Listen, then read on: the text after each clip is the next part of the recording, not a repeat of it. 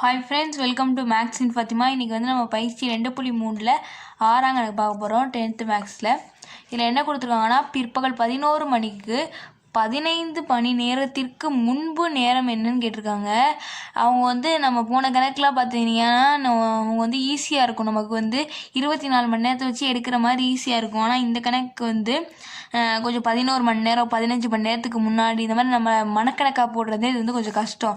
அதனால் என்ன பண்ண போகிறோன்னா, நம்ம வந்து இப்போ பிற்பகலுக்கு வந்து எத்தனை மணி நேரம் வந்து நமக்கு தெரியும், 12 மணி நேரம் பிற்பகல், 12 மணி நேரம் முற்பகல். அதனால் இங்கே மட்டும் வந்து 12 எடுத்துக்க போகிறோம். ஏன்னா 24 எடுத்தால் நமக்கு மைனஸ்லலாம் வரும், அது குழப்பம் உங்களுக்கு. எழுதிக்குவோம். ஏ சர்வசமம் பி மட்டு என். அப்போ ஏக்கு பதிலாக இங்கே என்ன இருக்குது, 15. மட்டு பி தான் நமக்கு தெரியாது, மட்டு வந்து 12ன்னு எடுத்துக்க போகிறோம்.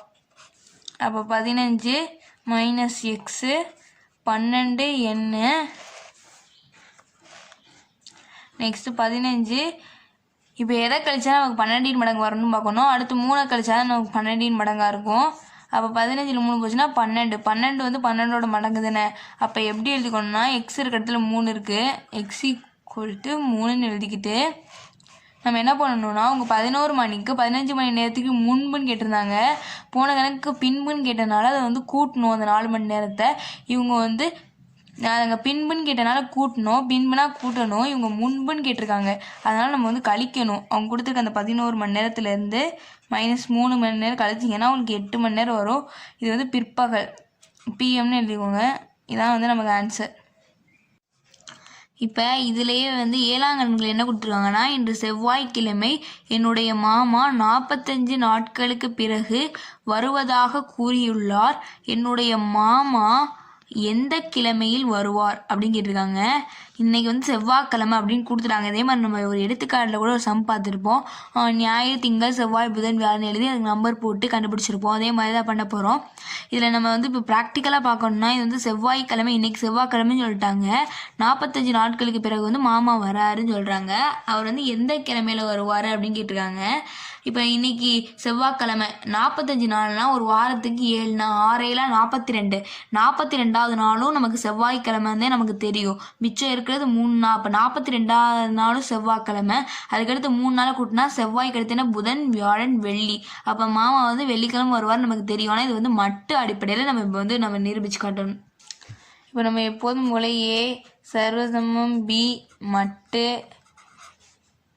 எம் எடுத்துக்குவோம். எது வேணால் எடுத்துக்கலாம், நான் இங்கே எம்னு எடுத்துக்கிறேன். ஏ இந்த பி ஏக்கு வந்து நம்ம ஏக்கு பதிலாக நீங்கள் அப்ளை பண்ணிக்குவோம். 45 நாட்களுக்கு கொடுத்தனால 45.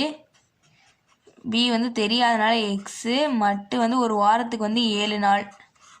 அதுக்கு முன்னாடி வந்து நம்ம எடுத்துக்காட்டில் பார்த்த மாதிரி அந்த நம்பர் பார்த்துக்க போகிறோம். ஞாயிறு ஒரு வாரத்துக்கு எத்தனை நாள், 7 நாள். ஞாயிறு, திங்கள், செவ்வாய், புதன், வியாழன், வெள்ளி, சனின்னு எழுதிக்கோங்க.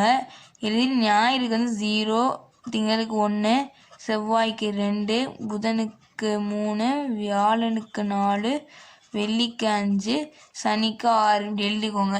மட்டு வந்து இப்படி தான் போடுவோம் வாரத்துக்கு. இப்போ அடுத்து 45 மைனஸ் எக்ஸ் ஆயிரும். இங்கே வந்து 7 எண் ஆயிரும். 45ல் எதை கழிச்சா நமக்கு வந்து 7 மடங்காக கிடைக்கும், 3 கழிச்சா. 45ல் 3 போயிடுச்சுன்னா 42 ஆயிரும், அது 7 மடங்கு. அப்போ எக்ஸ் இருக்கிற இடத்துல என்ன இருக்குது, 3. இப்போ வந்து நம்ம 3 நாள் செவ்வாய்க்கிழமை கழித்து நம்ம சொன்னோம்ல, செவ்வாய்க்கிழமை கழிச்சு 3 நாள் கழித்து எந்த நாள்னு பார்க்கணும். இங்கே 3ஆம் தேதி இருக்குது, 45 நாட்களுக்கு பிறகுன்னு கொடுத்துருந்தாங்க. செவ்வாய்க்கிழமை வராரு, இன்றைக்கி செவ்வாய்க்கிழமை 45 நாட்களுக்கு பிறகுன்னு கொடுத்துருந்தாங்க. அப்போ செவ்வாய்க்கிழமை இருந்துச்சுன்னா அதுக்கு அடுத்து 3 நாள் கழித்து என்னன்னு பார்க்கணும். இப்போ செவ்வாய்க்கிழமை இங்கே இருக்குது, இதுக்கடுத்து 3 நாள் இங்கே இருக்குன்னு பாருங்கள்.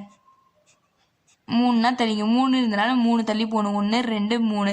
அப்போ இது தானே வெள்ளிக்கிழமை. வெள்ளிக்கிழமை தான் இப்போ மாமா வராருன்னு எழுதிடணும். 45 நாட்களுக்கு பிறகு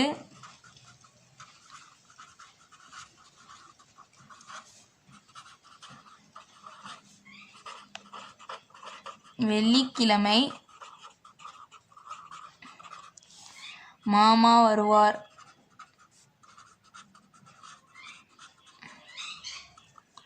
அவ்வளோதான் இந்த சம்மு. அவ்வளோதான், இந்த வீடியோ முடிஞ்சிருச்சு. இந்த வீடியோ உங்களுக்கு பிடிச்சிருந்துச்சுன்னா லைக் பண்ணுங்கள். உங்களுக்கு தெரிஞ்ச 10 ஸ்டூடெண்ட்ஸ் எல்லாருக்கும் இந்த வீடியோ ஷேர் பண்ணுங்கள். மறக்காமல் சப்ஸ்கிரைப் பண்ணிக்கோங்க. பக்கத்தில் உள்ள பெல் ஐகானை கிளிக் பண்ணி ஆல் கொடுத்துக்கோங்க. டவுட்னா கீழே கமெண்ட் பண்ணுங்கள், நான் ரிப்ளை பண்ணுறேன். தேங்க்யூ. நெக்ஸ்ட் வீடியோவில் பார்க்கலாம்.